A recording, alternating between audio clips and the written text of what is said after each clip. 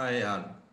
You are all aware that variability is inevitable in any process, whether it is a manufacturing process or a service related process or a software process or any natural process, you always find there is a variability in the output. Every day, you are under tremendous pressure from your senior management about why there is a great variability in the productivity, turnaround times, and quality, etc. And this variability in the output is mainly caused by the variability in the inputs and the process conditions under which they are processed. There are two major causes for the variability, the common cause variation and the special cause variation. The common cause variations are existing for a very long period of time. This is a chronic problem and we have not really understood what is the root cause of the problem and we don't have a solution for a long time and this has been nagging us for a quite long time. So the common type of common causes are the complexity of job, experience of employees, undefined processes, etc. Whereas the special causes are can be assigned to a specific reason like a machine related problem or a material related problem, etc.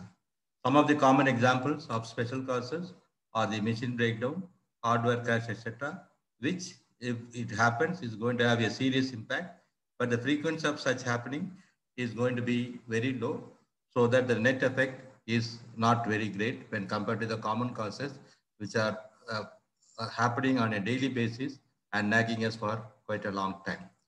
So how to solve these problems which are caused due to the common causes? So if you want to know the solution for that, I will just introduce to one concept. My name is Annamalai. I am the principal consultant in Ice Cubes, and I introduced to the Six Sigma methodology, which can be used for solving the variability due to the common causes. So what is Six Sigma? Six Sigma is a data-driven, structured, statistical methodology used to reduce defects by reducing chronic common cause variations in the process. So as we have seen, there are two major criteria for the Six Sigma project. It is data-driven, so that means we collect a lot of data, analyze the data, and then we use statistical tools to validate the root causes, to identify the critical root causes, and take action on that so that the problem can be solved once for all. When a process is running at a Six Sigma level, the defects per million opportunity is 3.4. This methodology was first implemented in Motorola in the year 1986, and it was followed by the implementation in Allied Signal and GE during the early 1990s. Over the last 30 years, the Six Sigma methodology has spread across the world, cutting across the different verticals, benefiting all industries. So the major drivers for any Six Sigma initiative is improving the customer satisfaction and financial benefit to the organization. Six Sigma projects are taken up after listening to the voice of customer, understanding their pain points, converting their pain points into measurable metrics, and the actions how we can take to improve this measurable metrics so that the customer can be satisfied and the organization is also going to be financially benefited. Whenever we do a Six Sigma project, we find that there is a significant improvement in the metric we want to improve, and the variability is also coming down. Here is an example. Assume that this particular project was done to reduce the defect rates in a particular process. So before the improvement, the percentage defective was somewhere around 21%, and you can see the variation was between 10% and 32%. But after the improvement, once the critical root causes were identified and improvement actions were initiated and completed, then there was a significant drop in the defect rate from 21% to around 8%. And the variability has also drastically come down to 6 to 10%. So this is what is the beauty of Six Sigma. It helps us to improve the metric significantly and also to reduce the variability in the process. I have told you previously that Six Sigma has a structured methodology. So this structured methodology we call it as a DMAIC methodology, that is define, measure, analyze, improve, and control. In the define phase, we listen to the voice of customer, try to identify their pain points, and then identify the metric which can be improved in order to meet the customer requirements, then quantify the problem and fix the achievable targets as a goal, and then calculate the financial benefits. All this happens during the define phase. During the during the measure phase, again we collect a lot of data, and then during the analyze phase, we validate the root causes by putting the data into statistical tools and validating the root causes. During the improve phase, we take action on the validated critical root causes so that the improvement is achieved. And then we also validate whether significant improvement has been achieved through use of statistical tools. We also calculate the financial benefits and prepare a plan for full-time implementation in the process. During the control phase, we implement the improvement in the full scale, and then we ensure that the critical inputs which had been identified as critical are monitored and controlled at a very narrow range so that the output is very consistent. And whatever the improvements we have achieved are maintained.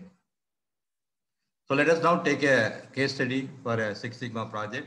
So this I have taken from my personal experience.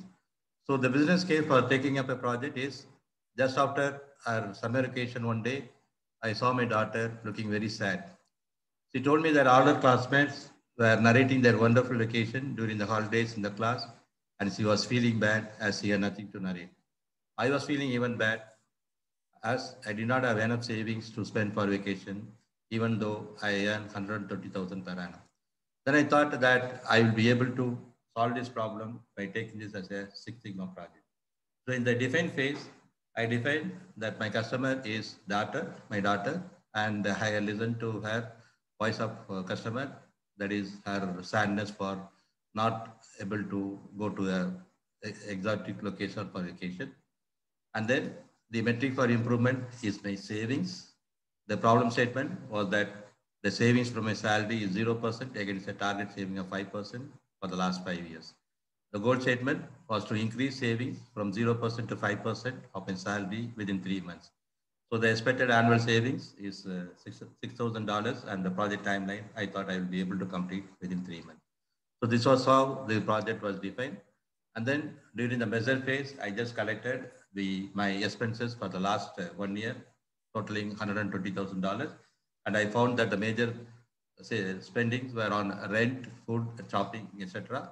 So on the rent, I could not do anything more because the house is actually very convenient for myself, my wife, and my kids.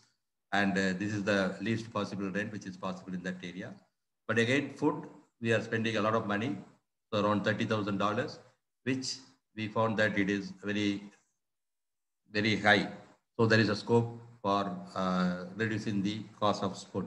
So I thought we will just focus only on reducing the expenses on food.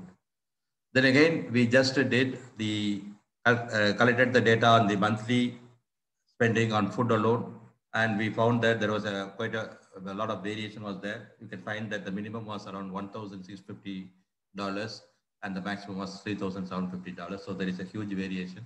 So I thought it's a good project for taking up as a Six Sigma project so that we can reduce the variation. Then we try to analyze what are the basic reasons what are the reasons for the food expenses being high. And then we just divided the total spending into 4 different categories. The spending on primary food like rice, wheat, bread, etc. The spending on the secondary food items like butter, fruit, vegetables, etc. The spending on outside items like ice cream, chocolates, restaurants, etc. And snacks and beverages like milk, coffee, tea, and snacks. Then we try to identify out of these what are the major potential causes which is having the significant impact on the spending. And then we identified that the meat, restaurants, oil, ice creams, and chocolates. So these were the 4 main reasons for the spending in the food items. Then once the critical root causes have been identified. Then we went for the improve phase. So the different improvement action sections were like we reduce the consumption of meat from twice a week to once in a week. We reduce the oil consumption from 2 liters per month to 4 liters per month to 2 liters per month. We reduce the number of visits to restaurants from once a week to once in 2 weeks. We reduce the consumption of ice creams and chocolates. So just by taking all these four actions, then this resulted in a cost saving of around $6,000. And since we are also spending less on some of the items which are really bad for our health, the health expenses also reduced from 5,500 to $2,000. So during the control phase, again we plotted a IMR chart, control chart, and found that there was a significant drop in the spendings from $2,500 per month to $2,000 per month, and the variation also has come down drastically. So my current status is that my annual saving has increased to 10% of my salary for the last 5 years. So my expenses on health and loan repayments have come down drastically. So every year I enjoy vacations with my family in my exotic location. And most important all, I can see happiness in my daughter's face. So this is what normally happens whenever we do a Six Sigma project.